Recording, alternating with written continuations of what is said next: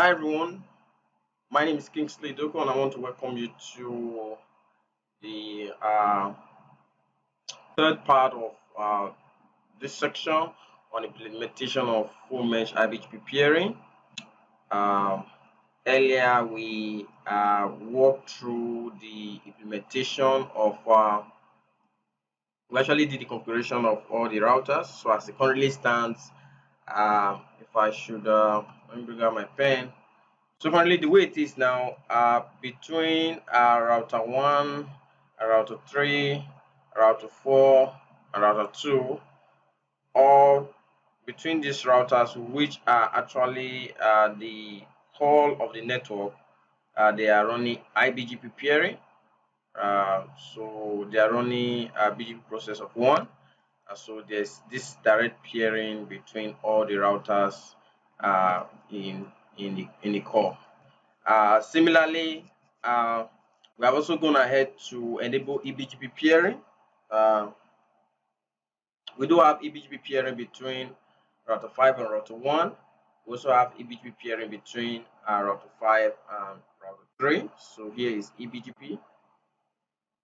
Okay, so and the autonomous system here is 56. Similarly, between router 6 and router 4, they are running the process 56. So the way it is, router 5 and router 6 are in the same autonomous system.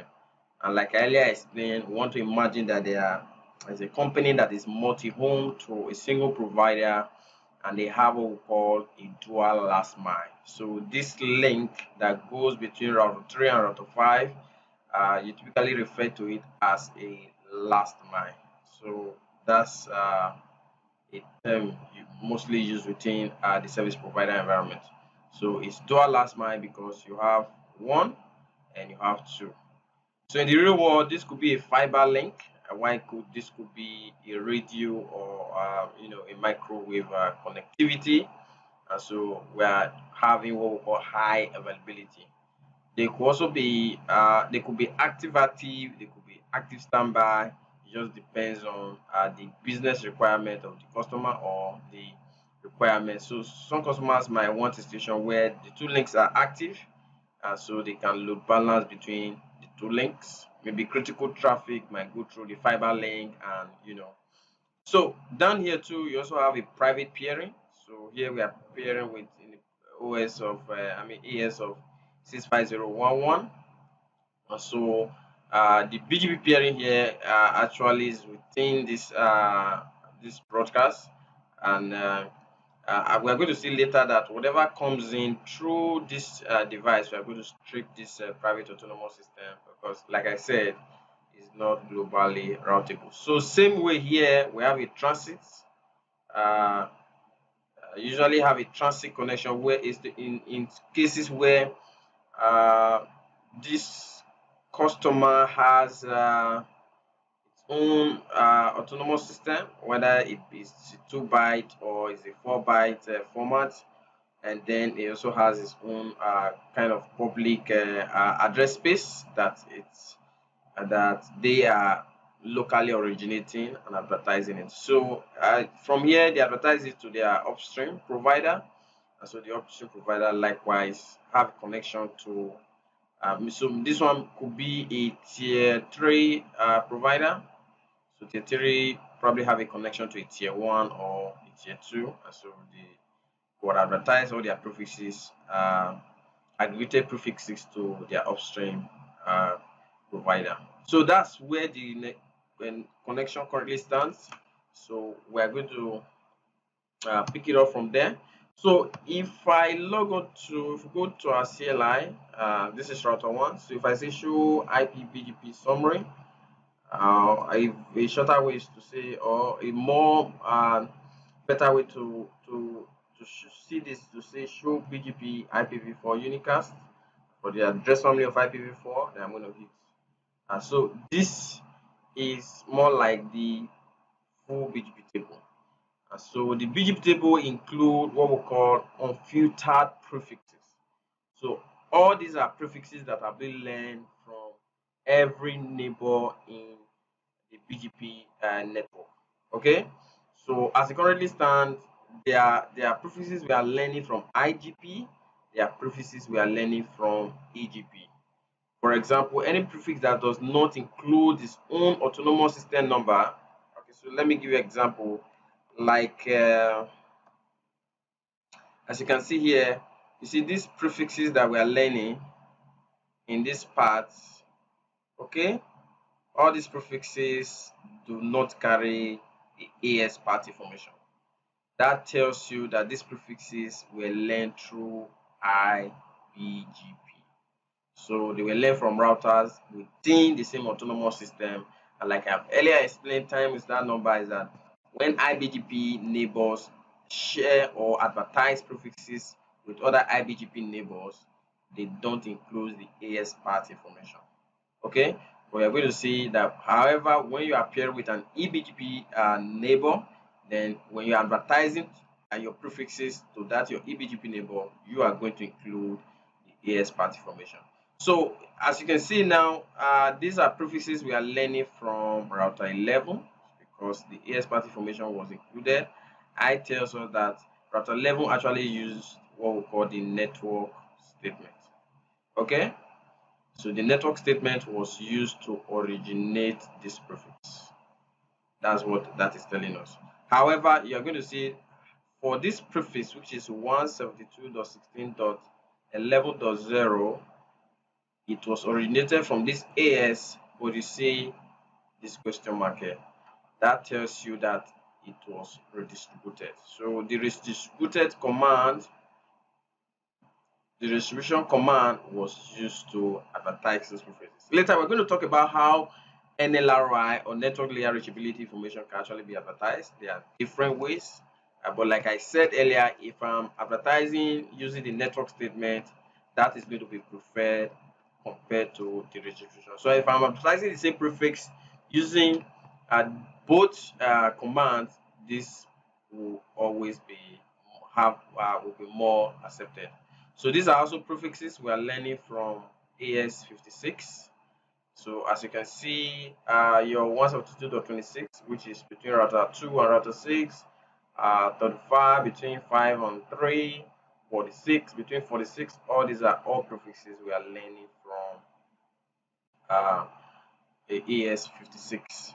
So if we should go down, so a better way of seeing this is actually okay. So what I'm going to do here is, let's say I'm going to tell this router I'm going to say show BGP IPv4 unicast. I'm going to use a regular expression.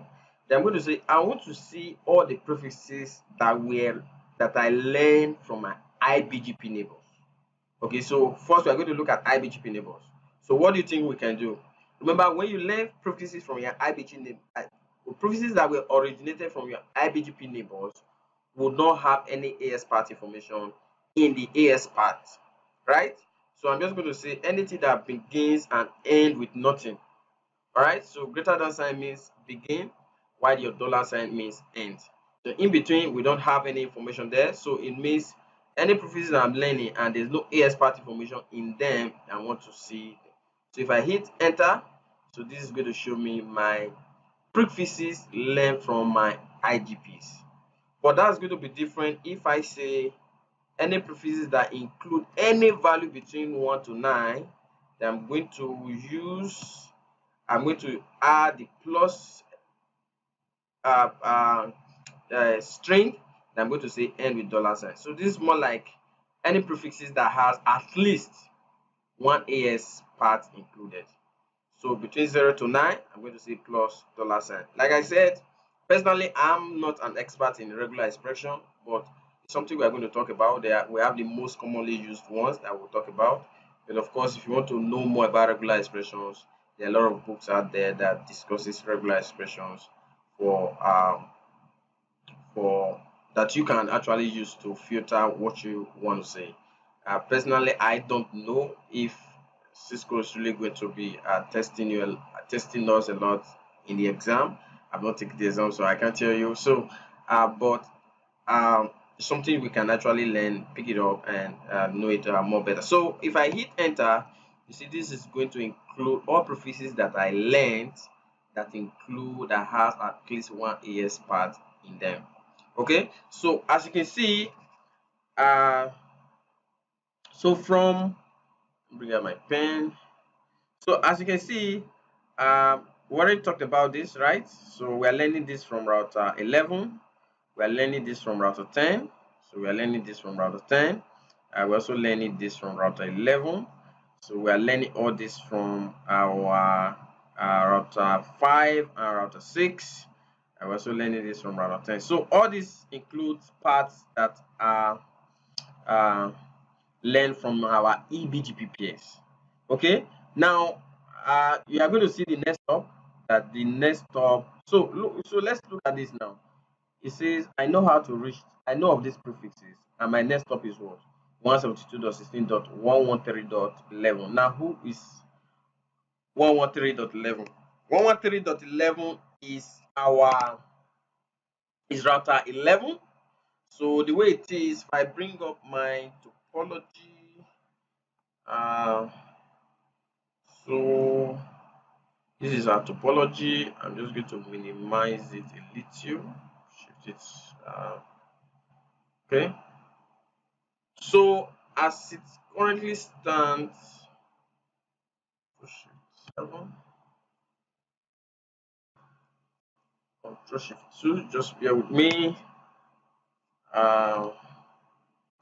So we are learning prefixes from router 11, right? So router 11 originates prefix for 11.11.11. All right, and then it takes this prefix and advertise it to router 3. So router 3 in turn now have it in its own routing table or BGP table. Then router 2 then go ahead and advertise it to router 1.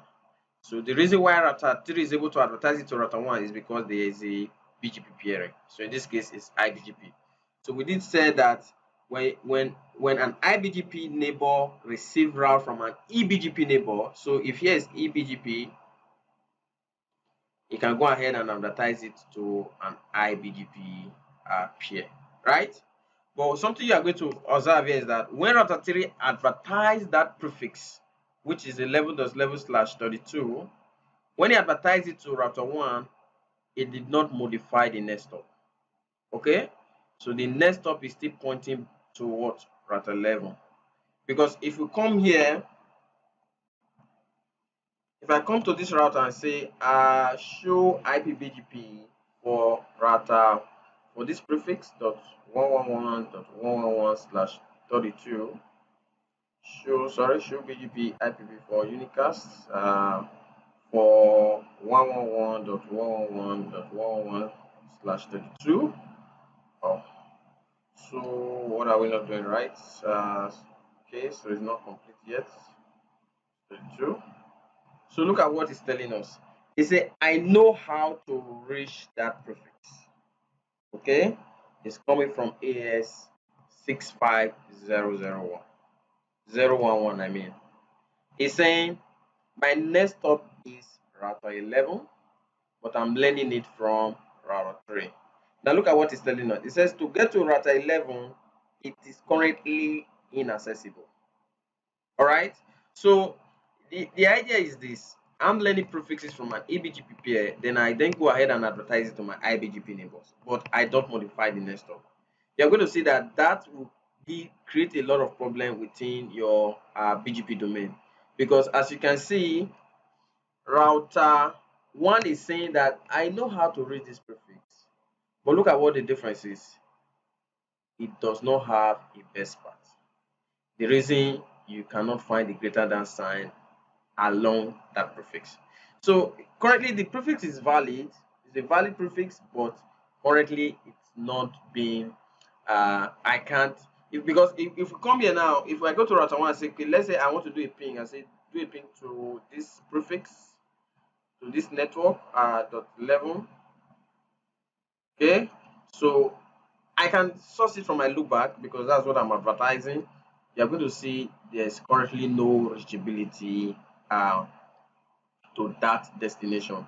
That is because that route the next hop to that prefix or to that network is currently inaccessible. Okay, same applies to some other prefixes we are seeing there. Okay, so we have a lot of prefixes that we are learning.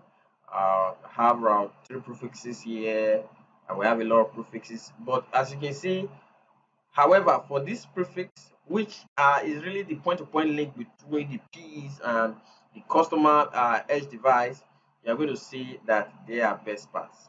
Okay, so for router 5, you can see it does have a best path to this prefix, which is really strange. Okay, I think the reason is because if you look at the topology,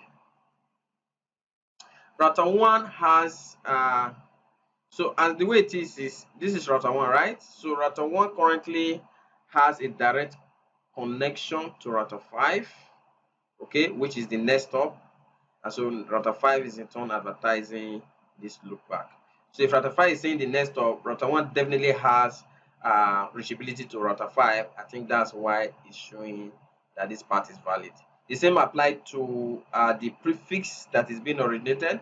So this point to point, this slash 30 here, or this slash 24, which is what we're using for point to point, that is this prefix, while the slash 30 is what is being advertised by router 5. Okay, so aside those 3 prefixes, so likewise the prefix that is being originated between router 5 and router 3 is also being learned by router 1, and router 1 is seeing it as a valid route because, like I said, there's reachability to this next hop, right? So there are different ways we can actually solve this problem. So what we can do is we can tell router 3, or we can tell all the provider edge devices that whenever you receive route from router 11 and you're advertising it to your IBGP peers, I want you to set the next hop to yourself. Okay, so router 3 will advertise it to router 1, and to tell router 1, look, to get to this next hop, okay, to get to the prefix they are learning from router 11, use me as your next hop. All right, so if router 1 wants to get to router 11, you simply send it to router 3, because router 3 now has the command that say next hop self. We're going to say neighbor, we're going to apply to the BGP peering, so that whenever router 3 advertise prefixes to router 1 or to every other neighbors within the topology, is always going to use itself as the next hop. Okay, something else we can also do is we can simply take this interface that goes to this customer and advertise it into the IGP process. Remember, currently we are running ISIS. Okay, ISIS 1. ISIS stands for your intermediate system to intermediate system. Okay, so so we are currently advertising it to the ISIS process, and so if I come here and advertise this prefix, or I can simply use the command passive. I simply say this interface is a passive interface that will cause IGP to advertise it into the ISIS topology, or the intermediate system to intermediate system topology. Okay, so like I said, we could use this. We can use the passive. We can simply advertise it into the IGP process. All right, so now, normally in the real world, Cisco best practice is that you use the next hop and you set it to yourself. All right, you can probably get away with this, but you don't want to sort of run IGP on the link that connects to other providers or customers that are not within your purview, because you don't want them to start having because if I enable, let's say, ISIS on this interface, how do we prevent either this customer or a rogue adversary from taking over the IGP process and then learning of our prefixes within the core? So what we are going to implement right now is we are going to set it to the next hop. We are going to find out that later other ways we can do is to use what we call more like a third-party nestor, whereby if we have a route reflector, we can simply tell the route reflector that whenever you learn prefixes from router 3, I want you to set the next stop to router 3. Okay, so all prefixes that are going to be coming from router 3 to the route reflector, we are going to tell the route reflector to automatically set the next stop to router 3. So those are different ways we can actually solve this issue. So let's do that now, and we're going to see the difference between what we currently have now and what you are going to get with that. So I'm going to say Control Shift. So I'm going to print this out. My Control Shift 2. So let's do that now. So on router 3, okay, so we do have my prefixes that I'm learning. So what we need to do now is this. I'm going to tell router 3 that when it receives prefixes from router 11, I want it to set the next up to itself. So we're just going to go into the BGP process. I'm going to say router section BGP. So now it's going to get a little confusing here because we are using a peer group, right? K1 group, and you are going to see that we cannot actually set that parameters in the global BGP config. We have to go to the address family. That is where we can actually enable that that configuration. So I'm just going to say I'm going to go into the BGP process. Now I'm going to copy. I'm going to say config T, and I'm going to paste this BGP. So I'm going to say neighbor. Okay, so I'm going to say peer group. No, I'm just going to put in the peer group that we've already created. I'm going to say next up it's going to be self. Okay, so we are still trying to tie the parameter to this group. This is our neighbor group that we earlier created, and we're going to say any prefixes you advertise to this to this these BGP speakers or BGP peers. We want you to set the next stop to yourself. So we are going to see that when you do this, if we go back to router 1 now, and we then say, so if I say show IPBGP summary, and I say show IPBGP, I'm going to say show BGP IPv4 unicast for regex. So I'm going to say everything that was originated from 65011. Okay, I'm going to put the dollar sign, then I'm going to hit enter. So you cannot see that these prefixes that we're learning from router 11, the next stop is now set to router 3. Okay, so you can see if I say I want to ping this prefix and I'm going to source it from my loopback interface, you are going to see that we now have reachability. Same applies to the loopback. So if I say I want to ping the loopback of router 7.20.11.11, I'm going to source it from my loopback. You see we now have reachability. So I'm also going to do the same thing. So if I say show BGP IPv4 unicast, then I say for regex anything that is originating coming from AS10. So as it is now, router 4 is not modifying the next stop. So we're also going to do the same thing for router 4. The configuration is still going to be very similar. I'm going to say do show run router BGP. So under the address family, that's where we'll have to include it for the peer group. I'm going to say copy, then I'm going to paste it. Then under the address family, I'm going to say next stop is going to be self. So we are still tying it to the group, the KI group, and so we are saying the remote AS is going to be 1, the update source is loopback 0, but the next stop now, this time we want to set it to ourselves. So I'm going to hit commit. We are pretty much good. So if we go to router 1, so this is what we previously had. We saw that router 1 never was not having any so there was no best path to the prefixes because the next stop was really not accessible. But if we use the up arrow key and hit enter, you see the next stop is now set to router 4.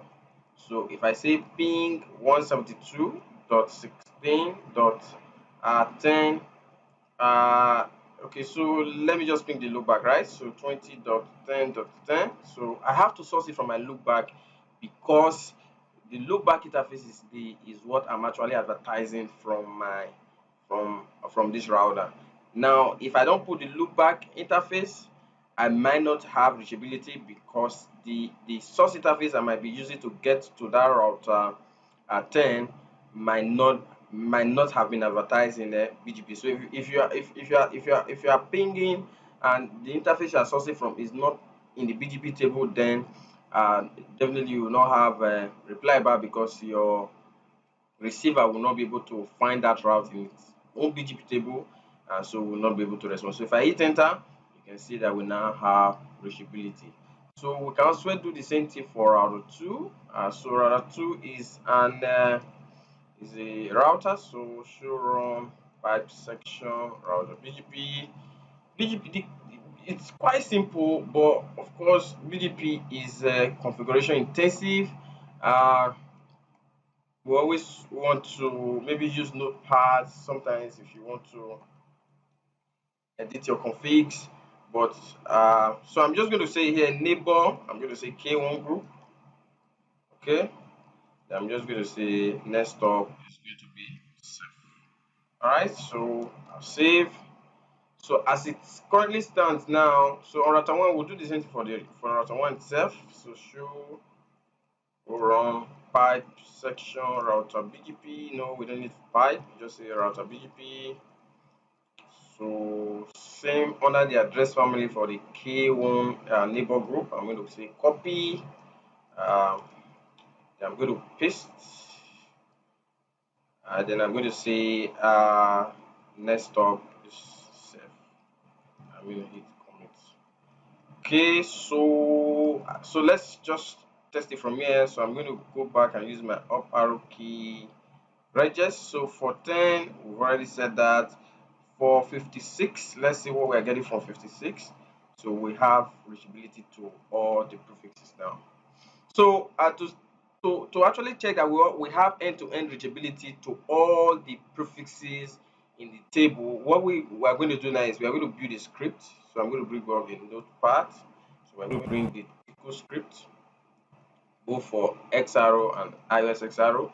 So for iOS, so I'm just going to say for iOS. So for iOS XE is going to go like this. I'm going to say Tico shell, right? So TCL shell. Then I'm going to say for each, okay, for each word now. I'm going to say for each variable.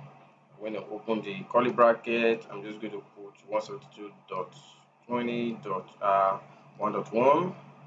I'm just going to say 172.20.2.2, 172.20.3.3, 172.20.4.4, then 172.20.7.7, 172.20.8.8, then 172.20.9.9. There are other interfaces we could have included, but we'll just leave it this way. So I'm going to close the curly bracket. I'm going to open another curly bracket. I'm going to say I want to actually ping. I'm going to say ping the variable. I'm going to source it from my loopback interface. So it's going to be from my loopback. Okay, so I'm going to end it. So I'm going to paste this on all the routers that are currently running iOS XE. So that's going to be router 7. So we begin with router 7. So on router 7, if I just paste that script, so I hit enter, or source is going to loop back. Oh, I didn't add the loopback keyword. It's going to be loopback 0. So I'm just going to copy it again. Then I'm going to paste it. Then hit enter. So we should have reachability end to end to all the loopbacks. Now these loopbacks also include router 9. Did we include router 10? I don't think so. So in this case, we can actually include 5. Just remember 172.20.5.5 because 172.20.6.6. Okay. And we also need to include router 10 and router 11. 172.20.10.10. 172.20.11.11. So let's make it longer. So I'm going to copy this and paste. I'm going to just hit, let's separate it. So I'm going to hit paste. So we should have end-to-end reachability to all the prefix. So we can as well do the same thing on router 2, should be the same. Just paste. So we might not, router 2 is not working. So let's check for another router. Let's check for router. So let's check for router 3. Just say TCL shell, TCL SH. So I'm going to paste, hit enter. So we have end-to-end reachability. Okay, so we're also going to build a script for the XRO.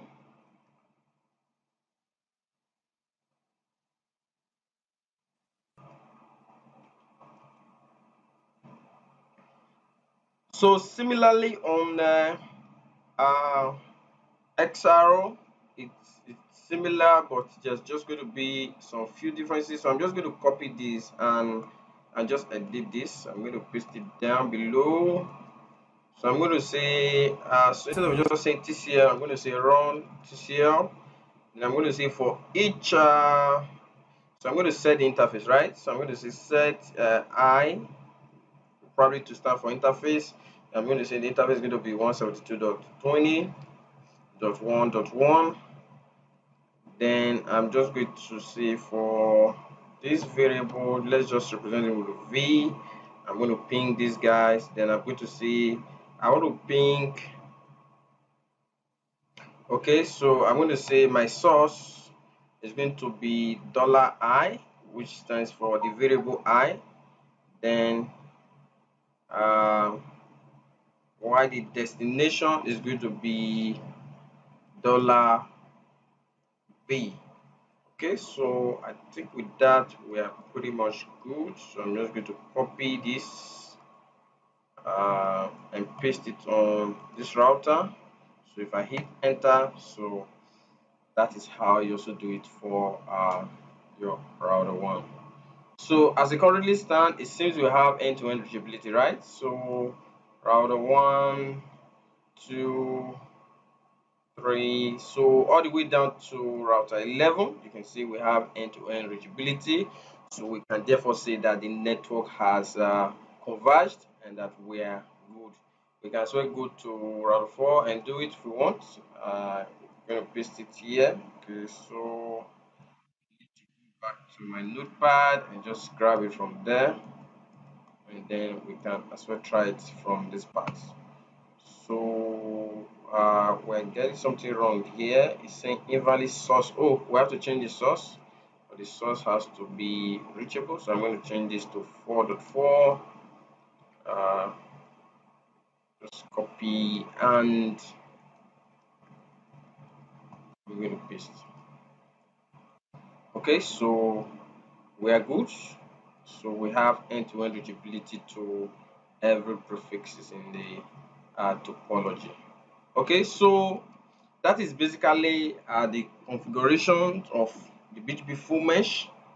It's one of the things we can pick up from here that, like we've earlier explained, is that for your BGP full mesh design is always so what we said before was that yes, there's optimal path forwarding, right? So why do we say there's optimal path forwarding?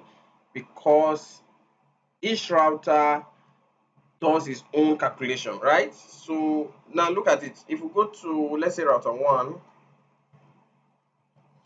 and I say show IPBGP for, so let's just show IPBGP, you can see that for the router to get to this prefix, okay, let's say 2.2 or let's say 4.4, it has what? 4 valid paths, right? So it can either go through router 7, or it can go through router 2, it can go through router 3, it can then go straight through router 4. Okay, but he's saying, the device is saying my best path is going to be what? Router 7. So let's ask this router, say, why are you choosing router 7?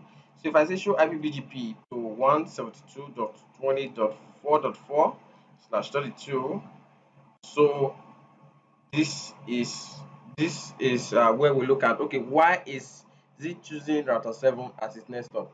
So he's saying, look, I have 4 available paths, okay, but my best path is number 1. Okay, so if we want to look at the best path now, so currently as it stands, we have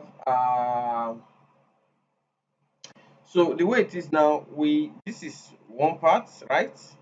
This is the third part, this is the second part, so here is our first part, right, which is router 7. Now if you look at it, if we want to do a point to a side by side comparison, let me bring out my pen. Okay, so we want to find out, okay, why is it picking router 7 as forwarders? Because every router has peering, to every other IBGP peers. Okay, so they can on their own do these multiple calculations, and they're able to on their own determine the best path to a destination. So what I'm trying to say is, if I bring up my topology here, so as it currently stands, router 1 has peering with router 7. It also has peering with router 2. It has peering with router 3. It has peering with router 8. It has peering with router 9. It also has peering with router 4. So it has this multiple paths to specific destination. Okay, so the router can on its own just use its calculate the best path based on its algorithm to say, okay, because I'm pairing with router 4 and router 4 probably is the actual owner of the prefix, then I'm just going to pair directly or route directly through to router 4. Okay, of course on the data part is actually going to maybe go through router 7 and router 9 to get to this router 4. But another thing is, remember, we're also originating the prefixes from router 1. Okay, so that is the advantage of full mesh designs, in that the routers cannot make what we call optimal path forwarding. They have what we call optimal path forwarding as against suboptimal path forwarding. You are going to see later when we introduce a route reflector, you are going to see that the decision as to what the best path is now entirely left for the route reflectors to decide where the route what because what router 1 will now have, router 1 will not be able to, will no longer be having those multiple paths to a destination, because by default what the route reflector reflects to the client will be only the best path. Okay, so as it currently stand now, you can see that for uh, you can see that, okay, for this part, okay, so let's look at it together. You remember how BGP does its best path selection, right? So let me bring out my pen. It begins with what? Weight. Okay, so we have weight. Okay, then we have local preference, right? Local pref. Then you have origin. So by origin, we are saying, is it local? Was it locally originated? Okay, then we'll talk about the AS parts. Remember, there's AS parts, right? Then what else? We also talk about the origin code. So with origin code, we are saying, is it IGP or is it EGP, or we use, or it is, or ROD, which is redistribution. Okay, then we also have the lowest meant. There's lowest meant. So meant value 2 is there. Then we also talk about EBGP versus what? IBGP. Okay, so EBGP will always be preferred because it has an efficiency of 20. Then we'll start to talk about the lowest metric to the next hop, right? So lowest metric to next hop. All right, then you start talking about things like multi-paths installed, things like oldest route, okay, things like lowest router ID, RID, then things like what else? Okay, so this is the hierarchy. So let's look at this part. Let's see. Okay, why would router one be using this path as best path to the destination? Okay, why is it choosing this as the best path? So let's look at this. So the weight here is what? 32768. Why? Because we're actually locally originating that prefix. Okay, but we are saying our next stop is going to be through router 7. Okay, so I told you before that you can actually originate prefixes that does not belong to you. So long you have that prefix in your routing table, you can actually advertise it to other peers, right? So that's what we actually did in router 1, which we advertise all the prefixes for the IBGP peers. So when we did that, it automatically set the metric weight for that, for what is advertised to 3278. Obviously, that is one of the first parameters we look at when we are calculating best path to destination. So you can see for this prefix, for this part, we don't even have the metric weight set. For this part too, there's no metric weight. This part, there's no metric weight. Obviously, the weight value, because it was locally originated and the weight set to this value is why that's why it was preferred. Okay, so we can also take other examples. Let me bring up my eraser. I don't want to clean that part out, so if I grab my eraser, just control shift 5, so I can just, let's erase this part out. It's not going away. Okay, so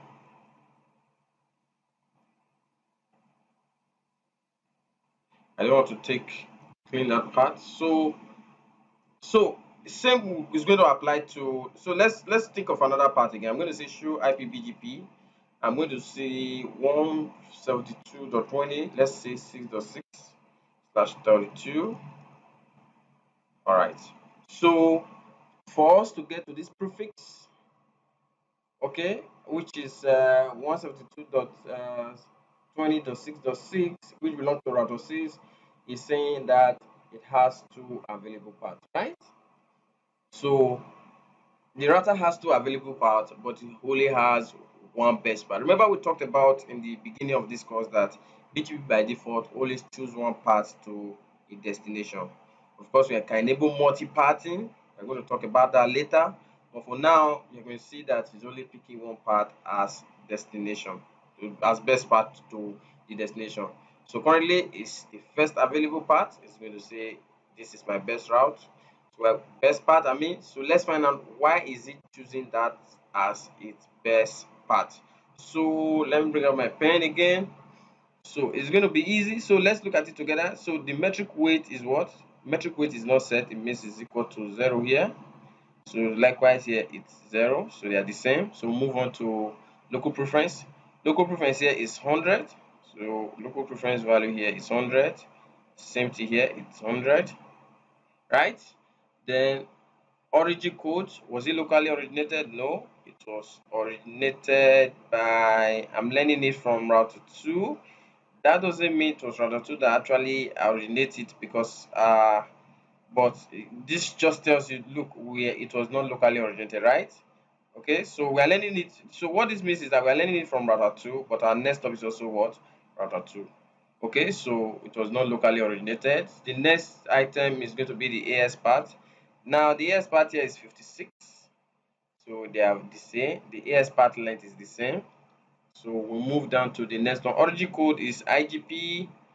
Same here. The origin code is IGP. So that's not the criteria it's using.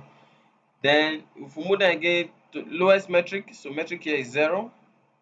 The metric here too is 0. EBGP over IBGP, they are both internal, so we are learning them from our internal peers. Then lowest metric to the next stop. Oh, that's where we have it. So currently the lowest metric to the next stop is 20 here. However, the lowest metric to the next stop here is what? 40.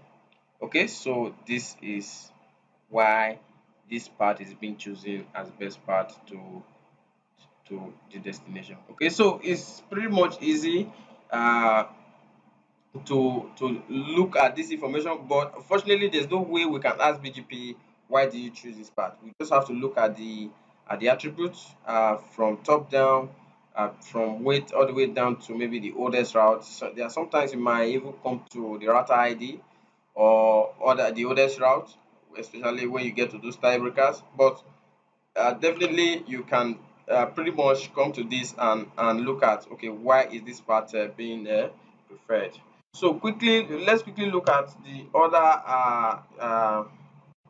advantages we talked about. So if I bring up my, so there's optimal path forwarding, there's path diversity. Okay, there's path diversity because of this multi-path that we have to destination. So that will definitely increase fast convergence. So there's faster convergence because we have direct peering with those neighbors, and so we can easily recalculate. So if a part fails, it shouldn't we shouldn't have it, the convergence time should be minimal because you have these multiple options. You have multiple paths to that same destination. But of course, for the caveats, the scalability is a problem. Just imagine I want to add another device here now. Okay, so let's say I want to introduce a different device on the core. So it means I have to do peering to all the neighbors, and all the neighbors have to do peering to that back to that device.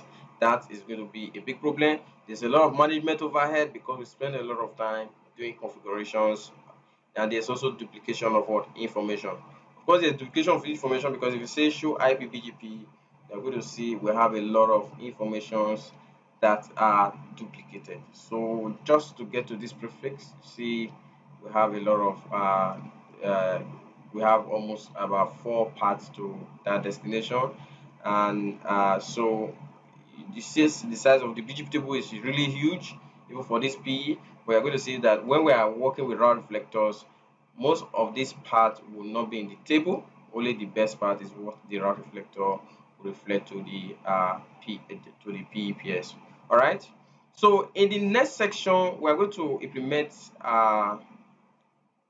we're going to change the configuration now or the design to route reflectors. Okay, so stay with me. Thank you very much for this video. I'll see you in the next one.